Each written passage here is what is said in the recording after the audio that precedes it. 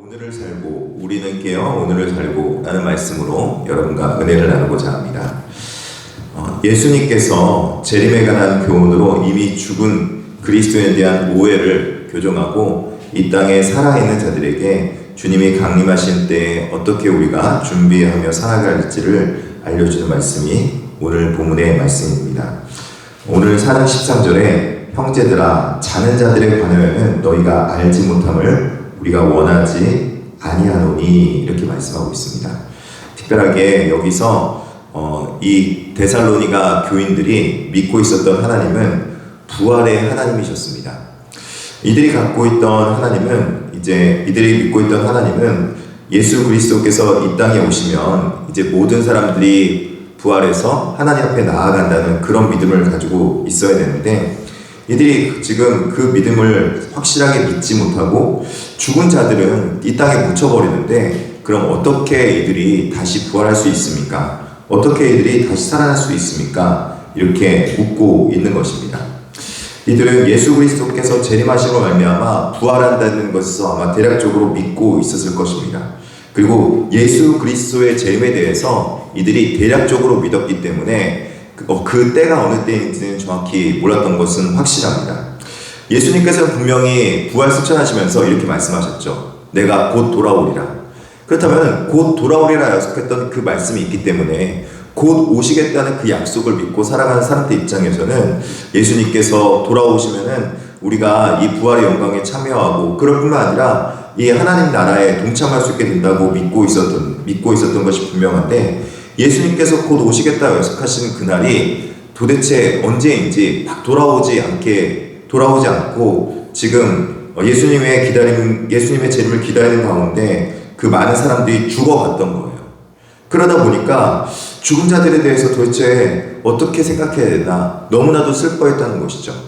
이들이 슬퍼하는 그런 모습을 보면서 사도 바울은 그 소망 없는 자들에게 슬퍼해서는 안 되는 이유에 대해서 설명해주고 있는 것입니다.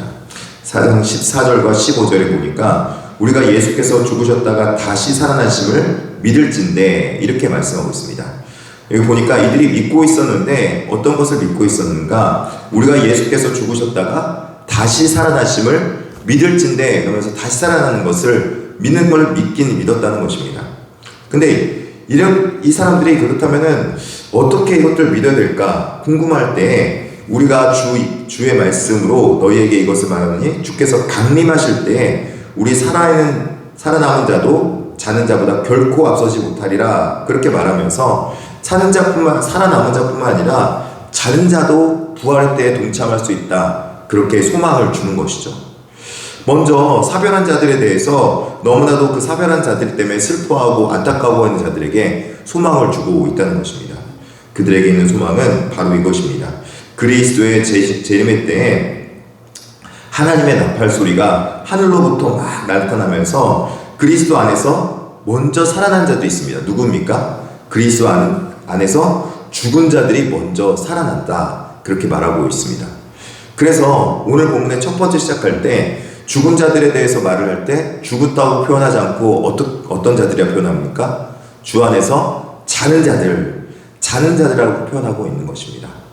바로 이 세상에서 자는 자들처럼 예수님의 오실 때 다시 그 깨어나는 것처럼 부활에 동참하는 주 안에서 죽은 자들은 죽었던 모습에서 마치 자다가 깬 것처럼 그렇게 다시 살아난다 그렇게 말씀하고 있습니다. 여러분 자다가 깨어난 자들은 여러분 어떻습니까? 오늘 아침에 자다가 깨어나신 분들은 느낌이 오실 거예요. 피곤했었고 또 육신이 아픈 것도 있었고 노곤노곤했었던 그 육신이 어땠습니까?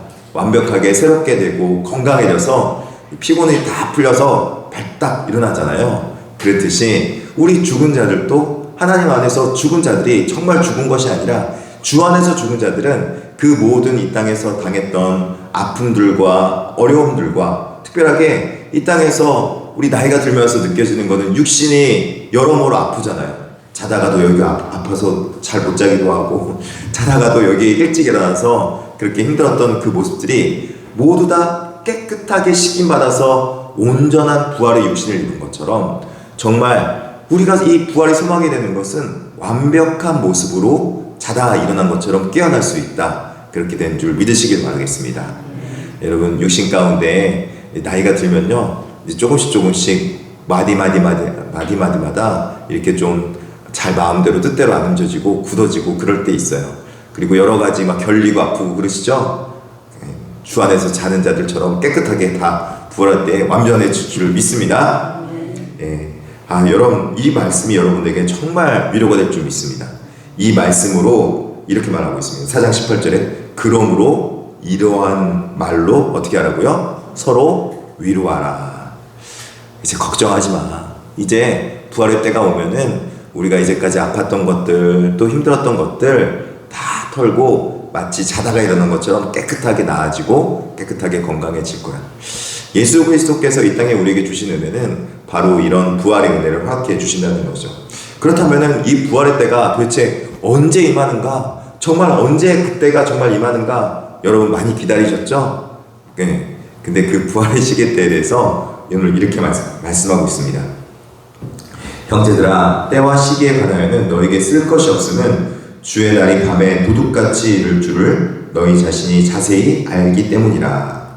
도둑이 언제 우리에게 와서 언제 임할지는 아무도 모르는 것처럼 그러나 그 날이 언제 임할 줄을 우리는 아무도 모른다. 그렇게 말하고 있습니다. 그래서 너에게 쓸 것이 없다. 그렇게 말하고 있는 것이죠. 그러나 한 가지 확실한 것이 있습니다.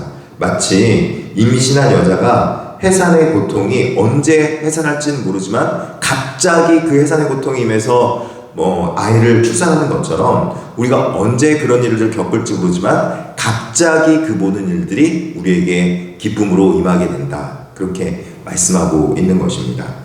평안하다 안전하다 하는 그때에 임신한 여자가 나도 모르게 그렇게 임신을 했다가 또 출산하는 것처럼 어느 때 그것을 임할지 모르지만 그것 때는 반드시 있고 그때가 되면은 우리가 그 모든 일들을 경험할 수 있게 된다. 그렇게 말하고 있습니다.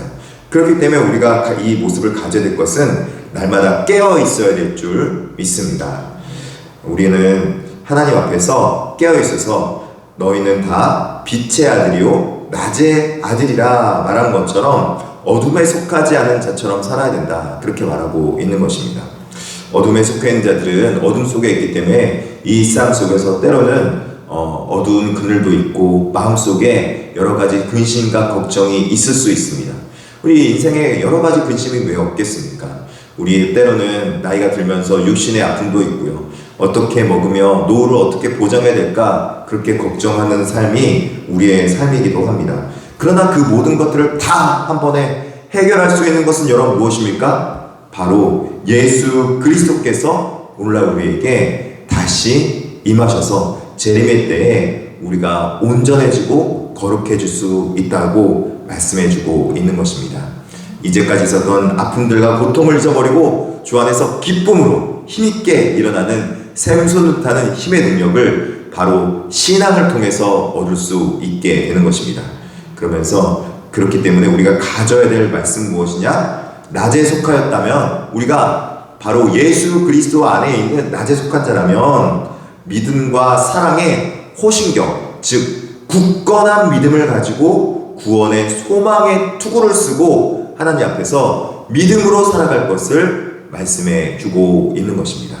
구원의 소망의 투구는 우리가 머리에 쓸 것인데 왜 구원의 소망의 투구이겠습니까? 날마다 우리가 생각할 때 구원의 소망을 날마다 기억하고 생각할 때마다 우리의 영혼이 새롭게 되고 또 우리가 그 소망을 바라보는 말미암아 힘이 생겨나는 거예요. 앞으로 좋은 일이 있을 겁니다. 앞으로 행복한 일이 있을 것입니다. 행복한 일만 생각하십시오. 그렇게 생각하면 여러분 마음 가운데 어둠에 있겠습니까? 낮에 있겠습니까? 당연히 낮에 있게 되는 거죠. 우리의 마음과 근심에서 벗어나서 하나님의 소망 가운데 기쁨으로 살아갈 수 있게 되는 것이죠. 여러분, 그러한 기쁨이 우리에게 구원의 소망으로 믿음의 호신경으로 우리 가운데 넘쳐날 수 있기를 진심으로 축복합니다. 이런 모습을 가지고 있다면 우리가 위하여 주구나 우리로 하여금 깨어있든지 자든지 자기와 함께 살게 하려 하셨느니라, 이렇게 말하고 있습니다. 예수께서 우리를 위하여 죽으심으로 말미암아 우리가 어떤 상황이든지 예수 그리스도와 안에서 살 수 있도록 우리에게 위로를 허락해 주신 것입니다. 우리가 예수 그리스도와 영생하며 동행하며 살아간다는 것은 무엇입니까? 영생한다는 것은 이 땅에서부터 정말 죽지 않고 살아간다는 그런 의미의 말씀이기보다는, 영생한다는 것은 예수 그리스도와 함께 동행하며 예수 그리스도의 구원받은 은혜로 살아간다는 것이 바로 영생입니다. 오늘 본문에도 이렇게 말하지 않습니까? 예수께서 우리를 위하여 죽으사 우리로 하여금 깨어있든지 자든지, 여기서 깨어있든지는 우리가 믿고 살아가는 자를 뜻하고, 자든지는 이미 사별한 자들을 말하는 것입니다. 자기와 함께 살게 하려 하셨느니라. 예수 그리스도와 함께 죽은 것도 예수 그리스도 안에 죽고 사는 것도 예수 그리스도 안에 살 수 있도록 그렇게 만들어 주셨다는 것입니다. 그것이 바로 우리에게 소망이 되는 것이고, 그것이 바로 우리의 영생이라는 것입니다. 예수 그리스도와 영생하는 것은 바로 우리가 구원의 소망의 투구를 쓰고 믿음과 사랑의 호신경, 믿음의 갑주를 입고 살아가는 것을 의미한다는 것이죠. 그러므로 피차 권면하기를 서로 덕을 세우기를 너희가 하는 것 같이 하라, 이렇게 말씀하고 있습니다. 서로 이러한 말로 위로하면서 덕 세우며 살아가는 모습이 그리스도인의 모습이라고 오늘 본문에 말씀하고 있습니다. 그러므로 사랑하는 성도 여러분, 우리는 오늘 또 깨어서 살아가야 될 줄 믿습니다. 믿음으로 굳건하게 다지고 구원의 소망으로 날마다 구원에 대한 생각과 구원에 대한 의식으로 살아갈 수 있는 저희 여러분을 진심으로 축복합니다. 기도하며 나가겠습니다. 자비하시고 내려오신 하나님 아버지, 주님 존전 앞에 나아가 기도합니다. 주의 은혜 가운데 살아가는 거룩한 백성들, 하나님의 은혜 가운데 살아가게 하여 주시옵소서. 무엇보다도 이 땅에 살아갈 때 하나님 앞에 복받은 주의 백성으로 살아갈 수 있도록 주여 인도하여 주시옵소서. 하나님 앞에 구원의 영생의 은혜를 누리며 살아갈 때 우리의 생각은 날마다 구원의 소망의 투구를 쓰게 하여 주시옵시고, 우리의 마음은 믿음, 사랑의 호신경으로 굳건하게 그 믿음을 지켜서 하나님의 사랑으로 말미암아 하나님의 구원의 소망으로 말미암아 하나님 앞에 깨어서 살아갈 수 있는 영생 얻은 백성 되게 하여 주시옵소서. 이 땅을 살아갈 때 여러 가지 육신의 연약함과 아픔으로 인해서 고통받아가고 있는 자들이 있습니까? 주님, 육신의 연약함에 있는 자들 하나님께서 낫게 도하여 주시고 치유도 하여 주시옵소서. 특별하게 오순정 집사님 지금 감기 기운 때문에 몸져 있다고 합니다. 하나님께서 건강하게 주님 하여 주시옵시고 깨우게 하여 주시옵소서. 특별하게 김유경 집사님도 환각 가운데 있는데 잘 이겨나갈 수 있도록 주여 붙잡아 주시옵시고, 아버지 하나님, 여러모로 자녀들 아픈 것 때문에 힘들어하고 있는 백성들이 있다면 하나님께서 위로하시고 평강의 평강으로 인도하여 주시옵소서. 감사합니다. 아버지 하나님께서 용인중학교 성도들을 오늘 한 날도 지켜주시옵시고, 오늘 정말 기쁜 마음으로 또 금요철에 나올 때 본당에서 드려지는 그 금요 기도회를 통하여서 아버지 앞에 기쁨과 감격의 예배가 드려지게 하여 주시옵소서. 감사하며 예수님의 이름으로 기도드립니다.